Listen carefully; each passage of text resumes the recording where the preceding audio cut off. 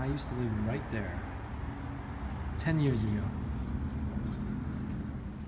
Just visiting a friend. Just had a bit of a lunch. Now we are off to... How do I hold this thing? Every time, it's a pain in the ass. Now we are just off to get the elevator, hop on the bus, and go to Southwark, which is written Southwark.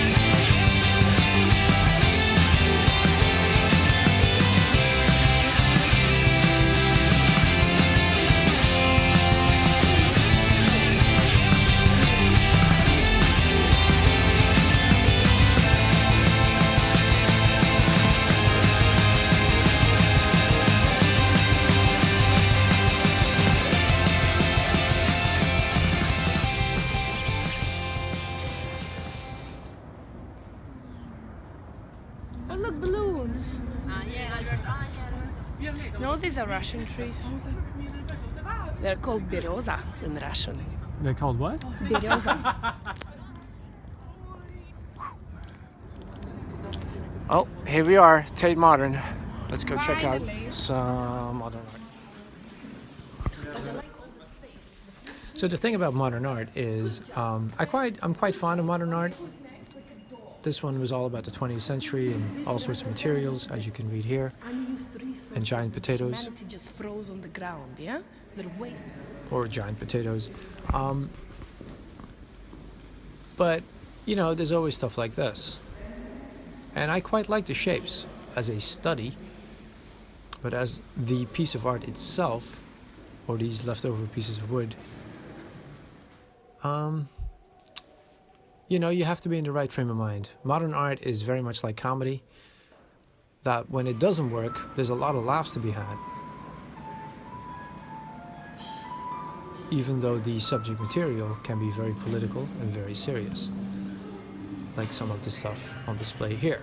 There was quite a lot of political stuff on display, a lot of stuff about Israel, or maybe just that one piece that had a big impact on us. There's this one that is always there, that always kind of freaks me out. But overall, there were some very nice things, like vegan Cthulhu, the odd piece about the Holocaust, which looked like an R. Crumb painting.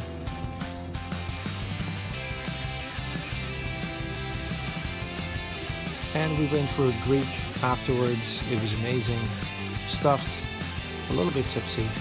I was greeted by 2 foxes on my way home, and these creatures are magnificent.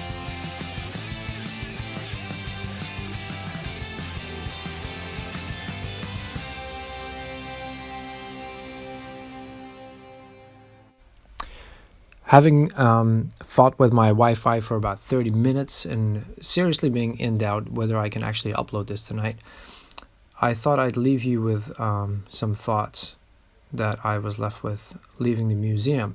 There was this one piece of art that kind of stood out to me and that I really enjoyed, and that my friends were giggling at, and they just didn't get it and thought it was stupid because it was all this wool lying on the floor in what looked like spider-webbed brains dangling from the ceiling, all connected.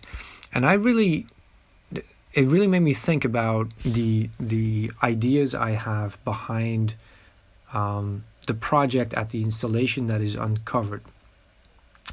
So the thoughts I've been having and that this really visualized very well for me. This art, I don't even know who made it. I didn't take note.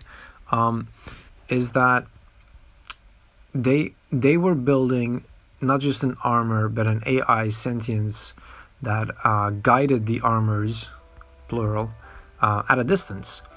And what made it, the sentience, the AI, interesting was that instead of using computers, they would use actual brains, because our human brain is still the most sophisticated thing on the planet, as far as we know.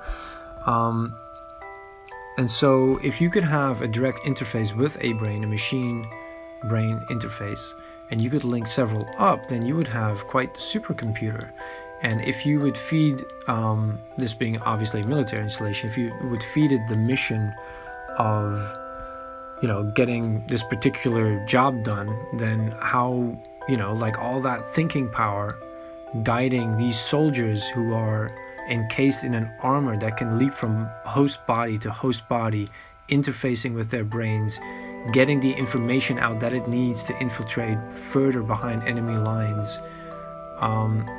You could see how this could be a very dangerous, autonomous weapon that needs to be stopped before it gets out of hand. And if it's uncovered hundreds of years later, well, the rebel faction of the kids that want to basically run away and make it their hideout, they, like, once the infected come round and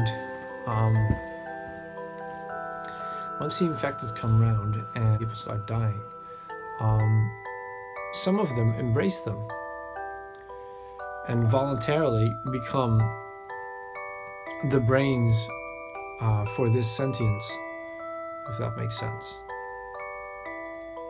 That's kind of where my mind is going for the story, but we'll see.